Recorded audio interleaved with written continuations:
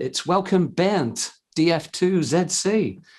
It's great to see you. I've been checking up on you, Bernd.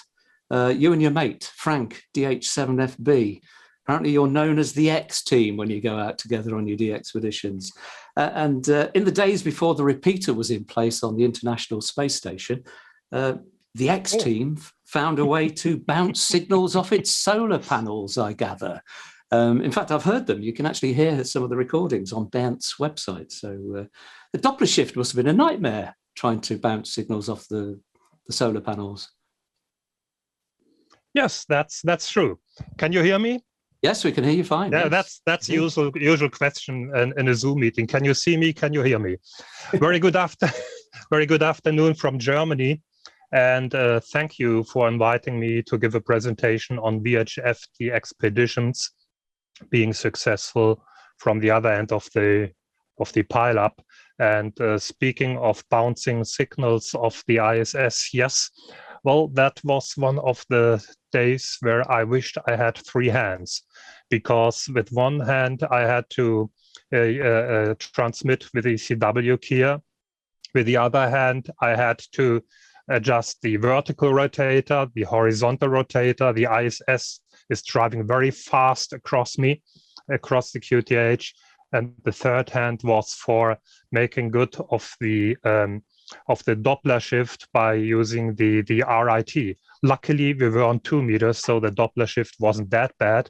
But still, it was a challenge. And after some tries, we were happy we had completed this. Actually, since it's so long ago, maybe we should try it again. The ISS is still there, but since then, I've only watched it crossing my house visually.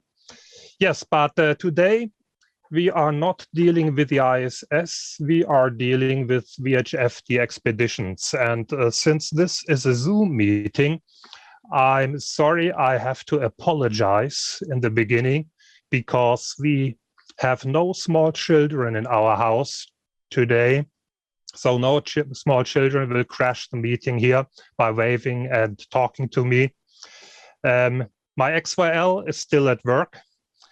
I've switched off the doorbell, and I'm even wearing a pair of trousers. So I could even stand up and nothing would happen. And the only thing which was a bit risky is our tomcat, who is always hungry, but he's been locked out. He's outside in the garden chasing mice, I hope. Anyway, you see the main reason for going on a DXpedition now. You see a pile up which has been taken by Kilo Alpha 6 Uniform, my friend Peter in the United States, who was traveling the eastern states in July, August, and in September. And he was activating a number of very much wanted squares. If I count correctly, I count some 20 things. 20 stations were calling him in the pileup. And the main reason for going to a DXpedition is working down the pileup, not being one of 20, or on HF being one of 120 or even more, being the single one that the half of the world is shouting for. This, of course, also puts some stress on you, because you always have the ambition to work every station. You rightly assume everyone who is calling you wants a QSO with you because you mean something new to him, something special, a new square or a new DXCC. And this is to some extent scaring. This is to some extent putting stress on you, but positive stress. And you will really like it once you've experienced it. Let me say some words about myself first. I'm born 1962, so in roughly 4 months I will turn 60, and I'm amazed by this, because when I remember my father celebrated his 60th birthday, that there were always old people around him. I can't imagine. This has obviously changed since I still feel like 30 years or so. I passed my first license in 1976. And received the call sign Delta Delta 0 Zulu Hotel. After 1 year, I upgraded to Delta Fox 2 Zulu Charlie by passing my CW exam. And very soon I learned to love the 2-meter propagations. The only disadvantage, by the way, being a radio ham at such an early age is that you can't impress girls in the discotheque or in a pub by asking them, well, can I show you my QSL collection? The old-fashioned way with showing the stamp collection still worked better. And so I did not meet my wife in a discotheque or in a pub. I met her in the street because I was just standing in her way. Well, sometimes strange things happen. But amateur radio has had an influence on all of my life. I studied electrical engineering. I graduated from Hamburg, Technical University Hamburg, as a diploma engineer. Most of my business life, I was a senior manager with Deutsche Telekom in the international department, in the business sales department, and in the wholesale department. And in that context, I also worked 3 years from the UK, from 1994 to 97. We lived, many of the Londoners and also those who are not from London will sure know where we lived. We lived next to the Cutty Sark in Greenwich. And most importantly, we lived 7 steps, I once counted this, 7 steps away from the Gypsy Moth pub, which was very convenient, as you can imagine. I'm also active as DARC frequency manager. So DARC, the German correspondent of the RSGB. And as I said before, my focus has always been on DXing on 2 meters. Why? 2 meters is so, well, in my perspective, this does not need to be everyone's perspective. In my perspective, 2 meters is so interesting with such an abundance of different propagations. Most of the time you can work stations at 300 or maybe 400 kilometers. Sometimes you can work stations 2,000 or 4,000 kilometers. And when I met my wife, I told her, well, there will behave strangely at times when we have something special happening on 2 meters. And after the first sporadic e-opening, she said, well, I had expected it would be bad, but I did not expect it would be that bad. When she had witnessed me sitting there shivering with excitement. And I told her, well, it is exciting if suddenly you hear a Uniform Alpha 6 station 2,600 kilometers away. And even if you can work it with just 100 watts and 9 elements. Well, since 2006, my friend Frank and we form the so-called X team. Why X team? Because there are some Dutch colleagues forming the A team. So we thought we go to the other end of the alphabet and form the X team. That's the story behind it. And if there's no Corona pandemic, we go on the DXpedition, mainly now on EME 2 meters once a year. So last time we stayed at Golf Juliet in March 2020, and right before it was not possible to leave the UK and the Channel Islands anymore, we were lucky to get back home. And another funny thing about the Xing on 2 meters is, I just forgot to mention it earlier, is the Tropo openings. I still remember when I worked my first Tropo DX to Romania back in 1977. It was on 14th of October. And that is the reason I will never forget my wedding anniversary, which is next week. And that's something my wife does not know. She's still impressed by my memory. Okay, let's speak about the expeditions. What constitutes a DXpedition? It's very simple. What is a DXpedition? It sounds big, but it doesn't need to be big. If you go to some place where nobody is active, but this place is very prominent because it's a DXCC that nobody has worked yet, or only few stations, or on 2 meters, a wanted square. Of course, you can also go to an island, to a lighthouse, to a summit. But at the end of the day, that what counts most to many amateurs is the DXCC or wanted square. You need to travel a lot on HF on 2 meters or on 6 meters. It's not that far you need to go.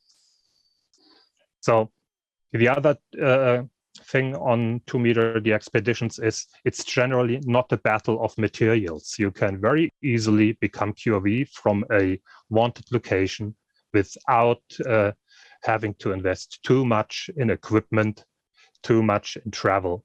It could even be a weekend project. If you are married for more than 10 years, you can make your wife and your family very happy when you say, oh, next weekend I'm going to a DXpedition. I have to travel 200 kilometers and I will be back on Sunday evening. You will see her eyes smiling, and not just the eyes, I think. It can also be a holiday style activity. You go on holiday. At least when our children were little, we always did this. And just by coincidence, we always got a holiday cottage in a square that was wanted, or very close to that square that was wanted. I don't know how this could happen, but so it did. What do you need to bring? You need to bring just a transceiver, Yagi. Usually most of them take a small Yagi, 9 elements, 8 elements. I'm quoting 9-element Yagi here because, well, the old Fox 9, Fox Tango 9-element portable Yagi is very convenient if you want to go with that antenna with a car. You need a sliding mast, ground socket, anchor and support ropes to fix that mast. You can do this by car, tent, or even field day style, that is with a generator or battery. When you look at the pictures there, you have a photo of me working from JM87. JM87 Alpha or Bravo Quebec, I don't recall, but it doesn't matter anyway. Well, JM87 is a square in southern Italy where you mostly have water only. And that explains why so many people are interested in working it. It's being surrounded by big hills. And well, by coincidence, we were spending a holiday in autumn, I think some 15 years ago or 20 years ago in JM89. And one Sunday morning, I packed my handgear into the car, drove off at 3 a.m., 250 kilometers to this place in JM87. And in the pitch dark night, I set up my station. And in the morning dawn, I started operate. I would not have found this location without the help of my friend Frank, who was on holiday in summer one year earlier. And he was driving around in that area and looking for a convenient place to become QRV.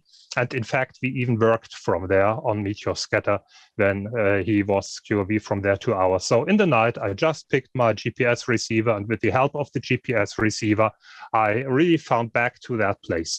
And once again, if you look at the picture below, it has been taken in the India November 77 square in Brittany. All coincidence. I only can repeat myself, which is also a very much wanted square. And to that square, I brought the famous 9 elements. I brought the sliding mast and the ropes and etc. Well, you see, you don't need much, and you don't even need a pre-amplifier, which you see here on the photo in southern Italy. But I'll get back to that later anyway. If you live in the UK, you don't have to drive to southern Italy. Certainly, it's a nice place. But in the UK, well, I would say within 200 kilometers or 300 kilometers drive, still in your own country, you can access quite a number of interesting DXCCs or squares. Golf Delta, Golf Juliet, and Golf Uniform always qualify for a DXpedition. There are some stations permanently QRV there, but well, the demand is always that high, and some people would like to work that square or that DXCC again and again.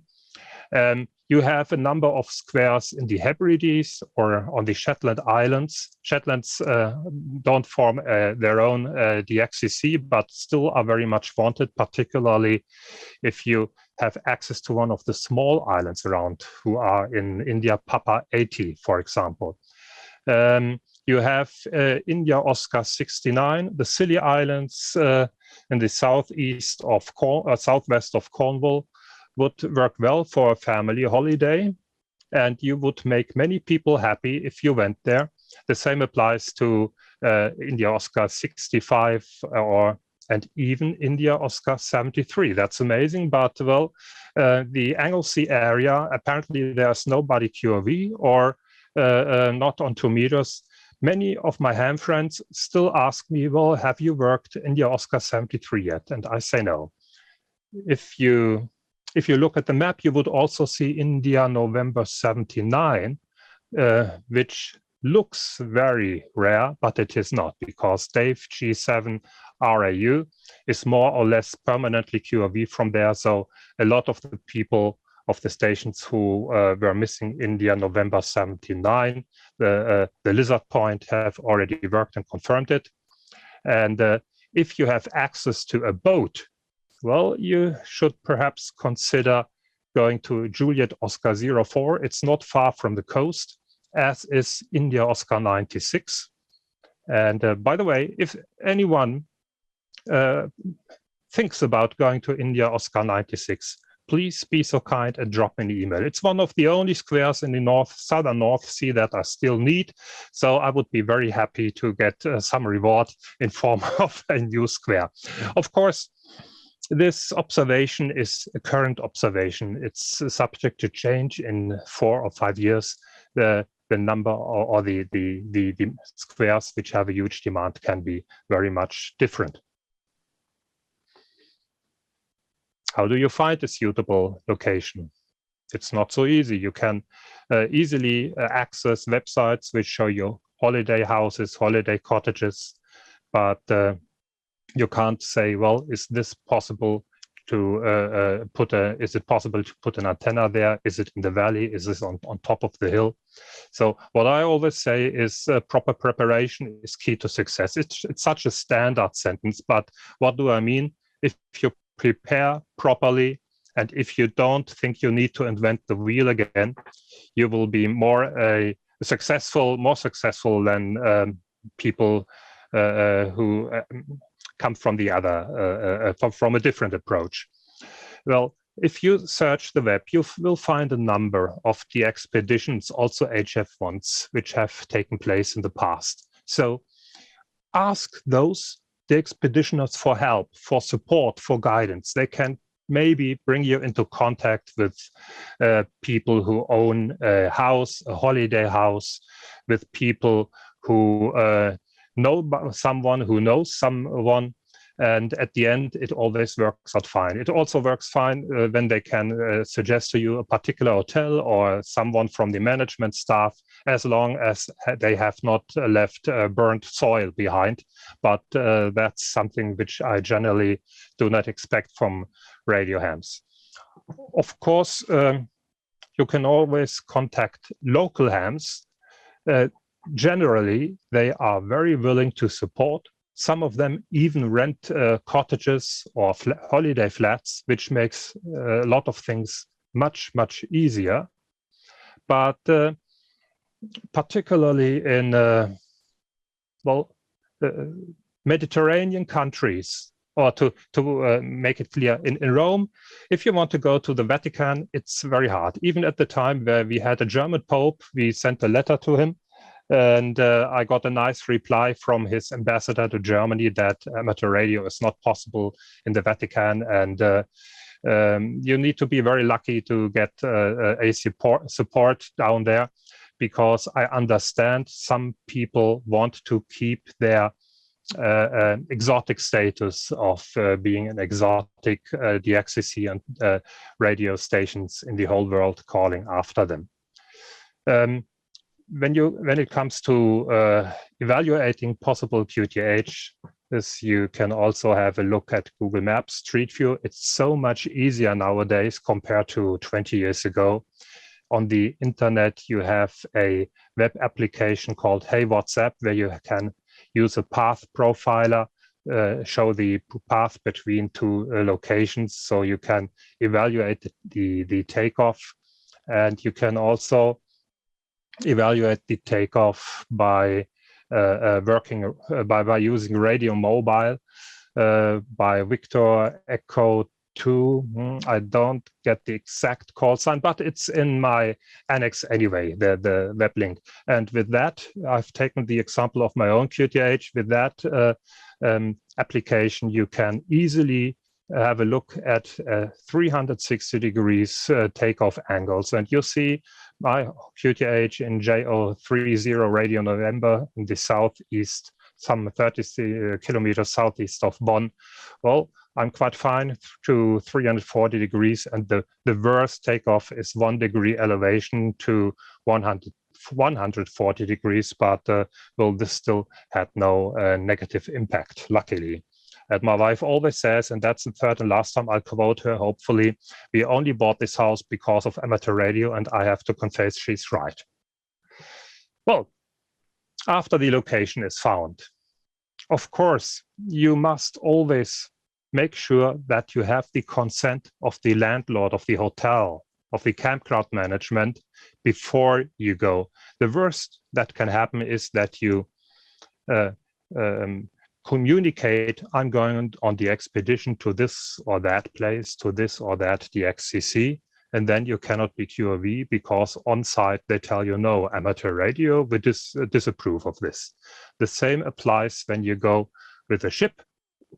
And I think when Rec G8 VHI once traveled the North Sea on a cruise ship, some years ago, he was QRV with the 4 elements on his on the balcony of his room, and I think he once mentioned it would nowadays be much harder to get the permission from the cruise company or from the captain to set up even a small antenna and work with some 25 watts. That is bad because these ships cross a lot of very interesting squares, and once you are on the North Sea, you can still make very nice QSOs, even if you run a QRP station only.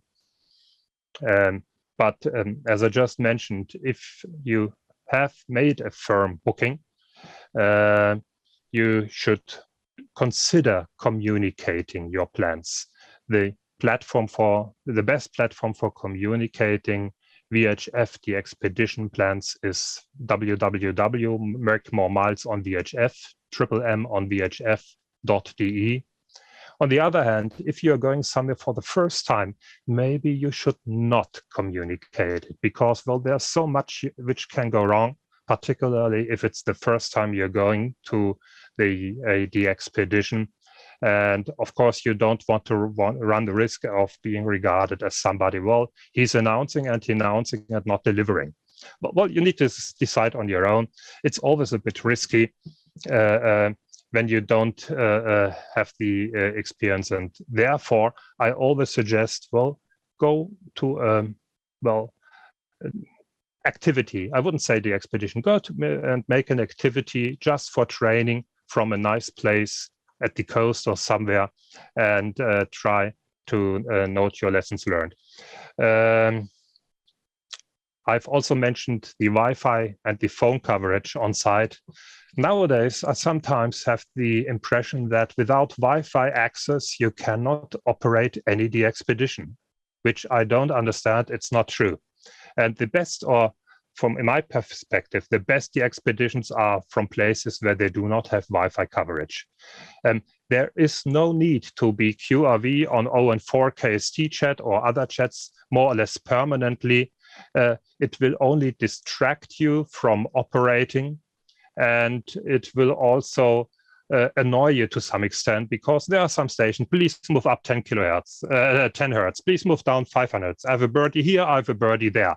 Oh, I'm calling you now, which is already at the edge. Or can you hear me is also already at the edge, because you should not convey information to the other station while you are trying to work it.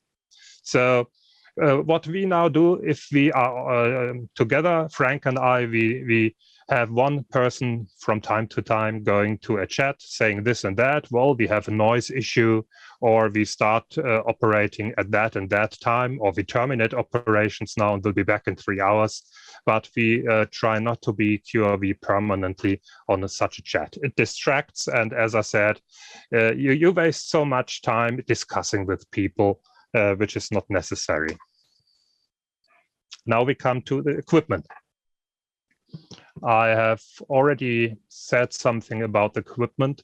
You don't need a lot to BQRV from an interesting location. Today, the standard rig, standard from the perspective most people who go on 2 meters, the DXpedition, use it, is the FT857. Sadly, this is no longer being produced, but well, you can still get it at a good price on the ham market, on the used equipment market. It weighs 2 kilograms, and weight is always the issue, particularly when you travel by plane. You need a sliding mast with N times 1 meter 50. Why 1 meter 50? Because as long as it does not exceed 150 or 160, I don't recall exactly, I think it's even 160, it does not qualify for bulky baggage. So you can still take a golf equipment suitcase, a golf equipment box where you can put it in. And you can also maybe label it sports equipment, because some aircraft carriers charge sports equipment differently from other equipment, and it is not added to your baggage allowance. It depends. You must ask.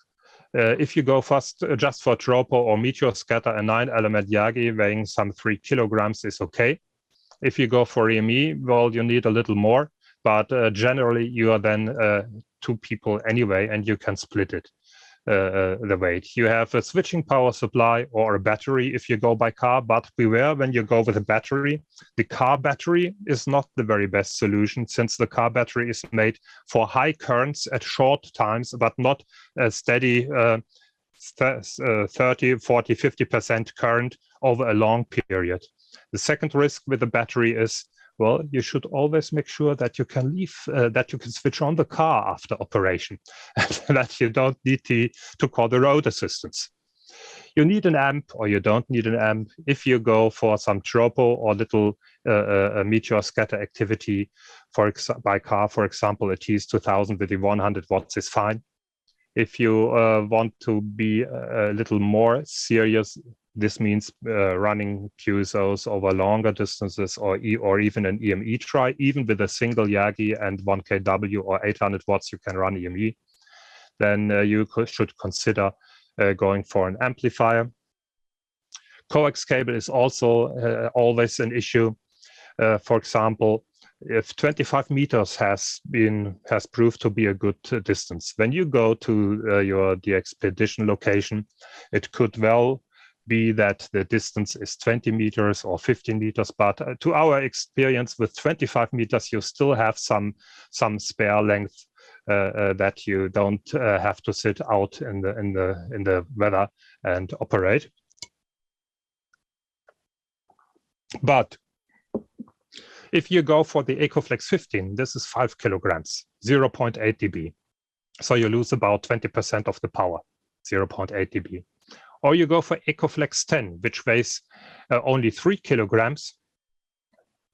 You lose 1.25 dB, which is just roughly 1/3 of the power. So the difference is not that much, but if you travel by plane, it makes a huge difference whether you have 2 kilograms above your allowance or 5 or 6 kilograms. Do you need an antenna preamplifier? It depends. I would always suggest to bring one, particularly when you go by car, because the antenna preamplifier does not only make good for the loss in the cable, it also reduces the system noise figure, which is usually with state-of-the-art transceivers between 6 and 8 dB down to some 2 dB. So a 6 dB difference, which is huge. And then you need just a tripod, fastening material, of course, laptop computer. So at the end, you easily reach 30 or 35 kilograms. And if you go somewhere by plane, this can be quite costly. So what to do? We'll speak about this later.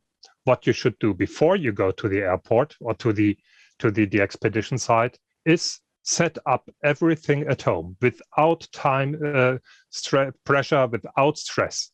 Like my friend Erwin, DK5EW, has done some 2 or 3 weeks ago. He will travel to the Isle of Crete on October 13th and will stay there 2 weeks. being QRV on 2 meters meteor scatter and also on EME. And by coincidence, he has not chosen a holiday location in the main square kilomike 25, no, kilomike 15, which is much more needed. And what he did, he set up all the antennas, the antenna equipment at home in his garden, or well, this even doesn't look like a garden. It's more like somewhere in the field. He checked it, it all worked, and then he put it back in the box, being sure he did not leave anything behind. Everything was working, so he brings a working and complete setup to Greece. And that's what I would always suggest, because the biggest fear, at least for us, is always, did we leave something behind? Did we forget something? You could be somewhere in a remote place, and you could perhaps not become QRV because some connector, some cable or something which is worth £5 sterling or even less is missing. And if you are in the middle of nowhere, well, there is no amateur radio shop around the corner or no other radio hams who could help out. So this is always a nightmare, but so far we have always, no, not quite always. Once we had to buy some tools in Luxembourg, I think. But in the places where we had no access to DIY markets, we have always had a complete setup of equipment with us. The same also applies to the indoor setup. Here you can see this was after a DXpedition. Even after a DXpedition, I still take a list of all the cables and connections we had. This is the complete indoor setup of the X team, except for the switched power supply, which is not on the picture. And so I stood there and took a note, well, laptop computer connection, laptop to USB, access box, mouse, 230 volts cable from our small amp. This Typhon 1000 amp, by the way, is, let me just have a look, it's roughly 27 times 30 times 11 centimeters. So it weighs only 5.5 to 6 kilograms roughly. So this is a transistor amp running 800 to 1000 watts, and it even fits in a suitcase. It's not big. When I remember in the old days when you had to bring a tube amplifier, when we were QRV from IS0 land, Frank and I brought one of my tube amplifiers weighing 45 kilograms. So this always was the equivalent of one person sitting in the front of the car. So it's amazing what is possible today. And even if you have already a list of equipment, you should still check it after you are ready with a working system. And what you should also not forget, you see here on the table, is a clock, that you are not always dependent on the internet clock, because sometimes you don't have internet access. The other thing is, you should take a note of every thought. When you are on the DXpedition site, there's so much coming into your mind. Oh, we should have brought this. Oh, we should have brought that. Oh, we should have developed this. So every new thought, every wish, or any idea concerning improvement. For example, when Frank, DH7FB, and I were working from Sugar Victor 9, Alpha November Juliet, we developed the a scheme for a switching box between vertical and horizontal polarization right there. Well, in some you don't always work on the band, so sometimes you just sit, drink beer or whatsoever. And we were sitting there, and Frank was developing the idea how to switch safely between vertical and horizontal polarization, how to avoid hot switching, etc., etc. Until then, we were only working EME with a single polarization with horizontal, and since then we were running with X-pulse, which is very beneficial. But once again, this is nothing you need to have at the start. You can start small. You don't need to start at the very best or the optimum setup, which you will never reach anyway. Checklists. Personally, I'm always a friend of checklists, because also checklists help you forget something at home. Well, this is all in German. It's also not necessary to translate word by word, but when I just start station setup, Typhon amplifier, you need the power cord. You need the cable from the amplifier to the power meter. Actually, you don't need a power meter. If you want to reduce weight, you can go also without power meter. You better bring a antenna analyzer, which is much more helpful when you think you have a problem with the antenna. The cable from the amplifier to the transceiver. Here's a note, still at my home station, so I still need to take it away from the home station. 1 kW hit, etc., etc. And such a checklist is always a living organism, so it can always be improved. For example, once we had it improved when we rented a house in Echo Alpha 9, which only had 1 bedroom. And the lesson learned was go with earplugs. We both need some, not just me or not just Frank. We both need some earplugs, not only because we also had the station set up in that room. There was a combined living room and sleeping room, but also, well, sometimes at night, apparently both of us made strange noises. Some people call snoring, I don't know. I do not snore, at least that's what I say. My wife has a different opinion on this. And also, well, how tweezers. I think tweezers is also something you should always bring, and you only miss it when you need it on site and you can't get hold of it. This is a photograph of my suitcase. I think it was at Delta 44 Tango Uniform.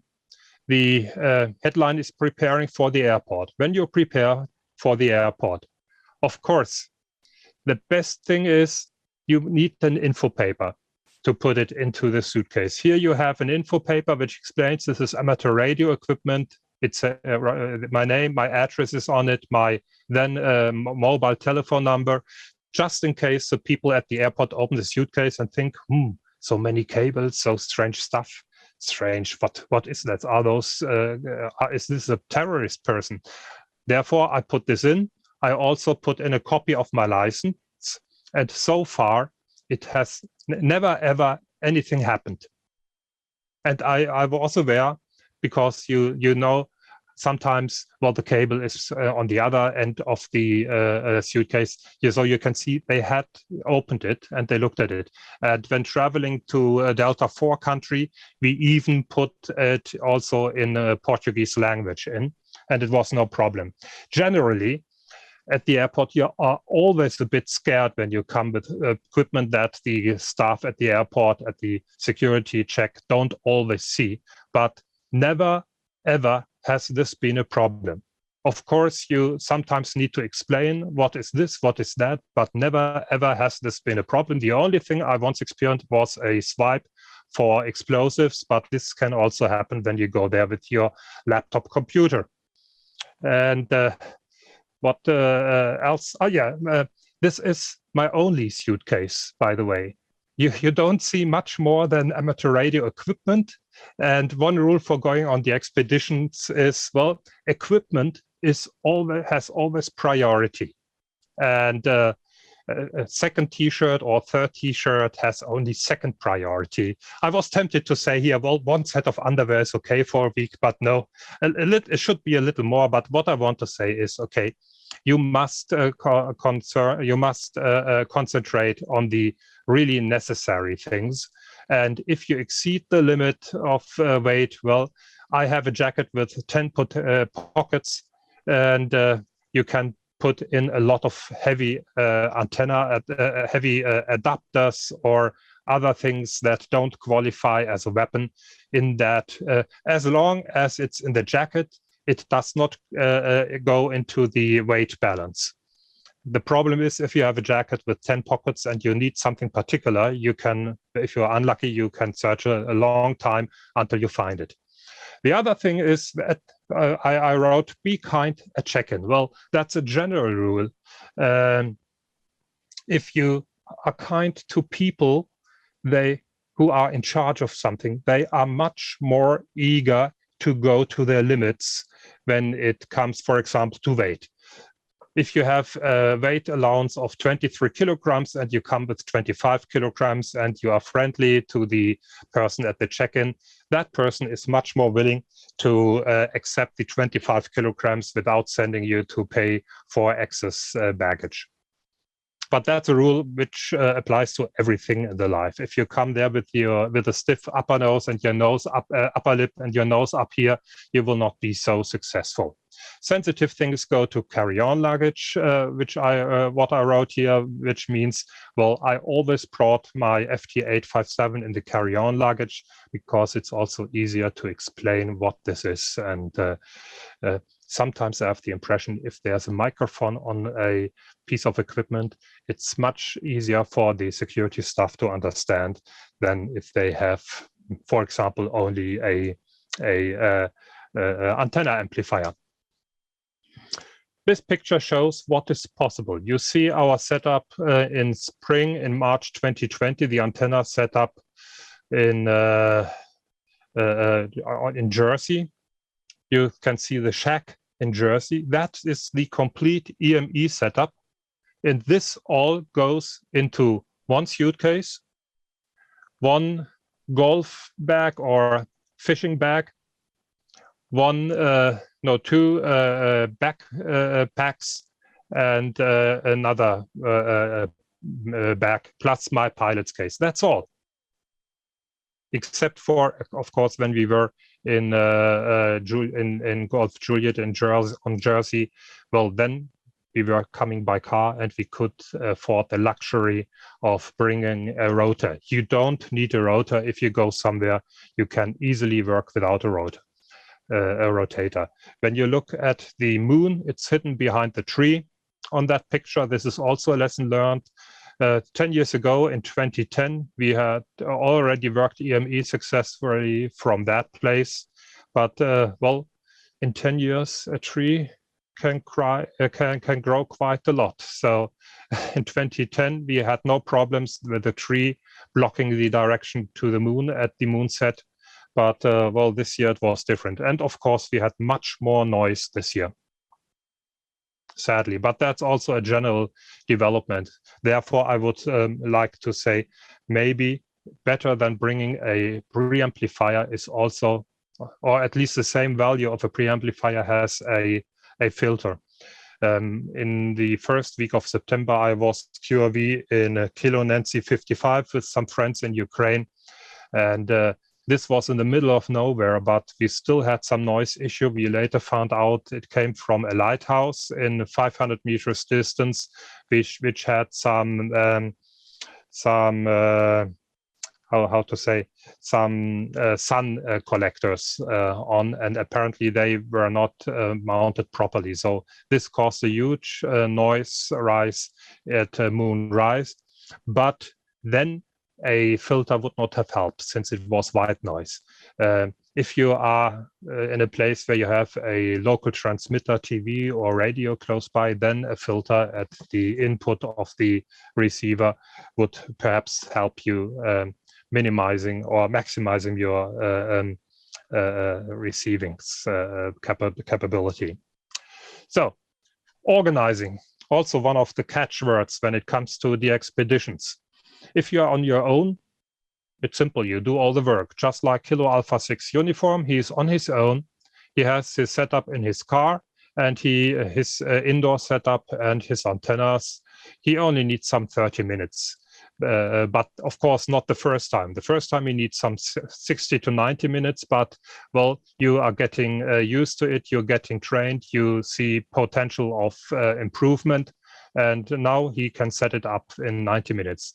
Usually you put rocks on the bottom of the tripod, but if you have 3 buckets of water and have water close by, this would work almost as well. With teams of 2, it's very simple. You should discuss before you go, and you should make clear the responsibilities. With the DH7 FB, we always have split it between indoor and outdoor setup. I do the indoor setup. Frank does the outdoor setup. Sometimes you have an argument with one another and it gets loud, but which also led to one of our tenants saying, "Are you sure you are friends with one another?" Yes, we are, but sometimes it gets loud, but it's still fine. And most importantly, if everyone has finished his part, the other one needs to control this. Because, well, we have an internal thing which we call Zulu Bravo 2 mode, ZB2 mode. Frank, I know, is listening. We always said we will not communicate this, but, well, it's nothing where you need to feel ashamed. Zulu Bravo 2 mode is what we once experienced when we were QRV from Gibraltar. And we connected the amplifier. We noticed the amplifier was switching, but no power was going out. What was the reason? Input and output of the amplifier had been swapped, and I confess it was my fault. If we had checked crosswise, it would have perhaps not have happened. But what was the reason? When you arrive at a location for a DXpedition, you often want to start setting up very quickly. With big teams, it's much more difficult. You need a detailed task list because when you have a group of 10, not everyone can work at every place at the same time. On the other hand, nobody wants to stand around and give the impression I'm not doing work and I let the others do work. So you need to have a big list.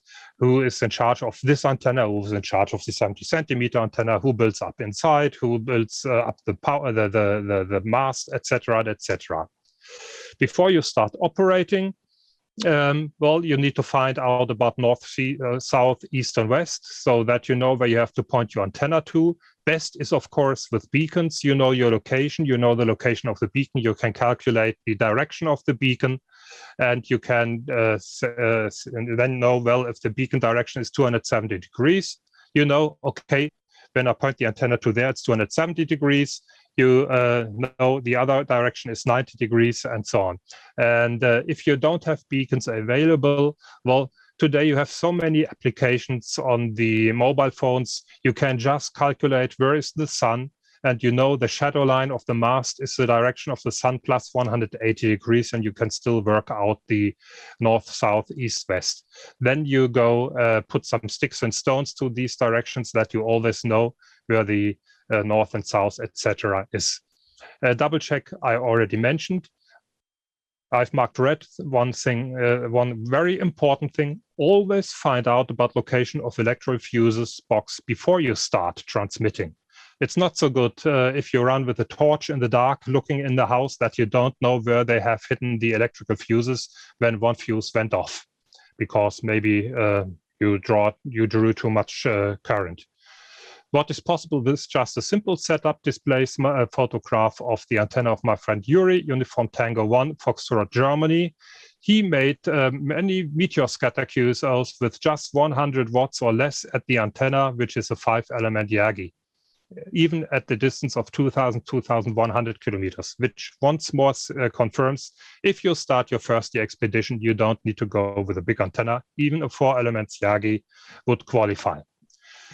When operating, and now I'm close to the end, when operating, always write down the details of the QSO in the very moment you make the QSO, not, I have something else to do, I will write it down later on. No, you are tending, you sure will forget to write it down. And it's much more effort than later working out who did you work when and when. Therefore, a paper notebook is always fine. If you run WSJT modes, please set save all. And more importantly, store all data on a second storage medium. Why? Well, Frank and I have bad experience from our Stain Sugar Victor 9. We were stolen. Someone had stolen our laptop computer, my old netbook, and my old tablet. If I hadn't stored all data on an SD card, we would have lost all data. Why do I mention take photographs? Always consider writing a report about this. The people at your local club are very happy for a presentation. The people of the, for example, RSGB magazine will also be very happy for a presentation on your experience, but because nothing is so much liked when reading is experience of others, what they have achieved. After the fun comes the QSL card. I can go through this very quickly. It's always a question of money. When you have made 50 QSOs, it does not. It's too expensive to have QSL cards printed. I do this by drafting a PowerPoint slide with all the QSL designs, just like those you see here. I have printed. I have it saved as JPG and have it printed as a postcard size photograph, which a 10 centimeter size photograph costs roughly 10-15 euro cent, or the equivalent in pound sterling. On my website, you can download at the DXpedition site, you can download a PowerPoint presentation with just one of those QSL cards, and if you want to, you can append it to your needs. What I also want to quote is, don't fear or don't be afraid of asking for support. When you look at the Sugar Victor 9 card, you see we were being supported by Beko, by UKW-Berichte, by SSB Electronic. Well, in our team, I'm always the person who writes the begging letters, but it's quite successful. Some companies, some ham radio stuff companies are very willing to support. SSB provided the phasing lines for free. UKW-Berichte charged us only one antenna, one 2M9 SSB instead of two. And Beko had a 1 kW amp on his costs, shipped to Sugar Victor 9 and also collected from there. If you want to find out more, feel invited to send me an email. I can also provide you with contact details of stations or of holiday house owners in Golf Delta, Golf Juliet, Golf Uniform, or in Delta 4, or in Charlie Uniform, or other places. On my website, you can download the monthly EME newsletter, where I'm notoriously late. So when I'm finished today, I will today and tomorrow finish the October version. On QRZ.com and on his blog page, I would strongly recommend reading the experience of Kilo Alpha 6 Uniform. He has also quoted a lot of information about his setup and his experience with different setups. Xteam DSP is our own website, a very basic one, and the last two links are the Radio Mobile, which is free software, and the Path Profiler, which is a web application. When you want to go for a DXpedition, don't plan, just do it. And as I always said, you don't need to be perfect. Just go and pick an antenna and a transceiver and a stick and go somewhere. And it doesn't even need to be a much wanted square if you just want to evaluate your setup. But I warn you, come on, you could become addicted. Once you started, well, you're hooked, and you cannot stop it so easily. Thank you very much for listening to my presentation. I'm 10 minutes above my time allocation, but I think I still made it quite interesting for you. And now I'm looking forward to questions from your side. Well, unfortunately, Bernd, those 10 minutes have used up the question time. We have to go very quickly now to the National Radio Centre for the closing words from the President. But thank you. It was fascinating.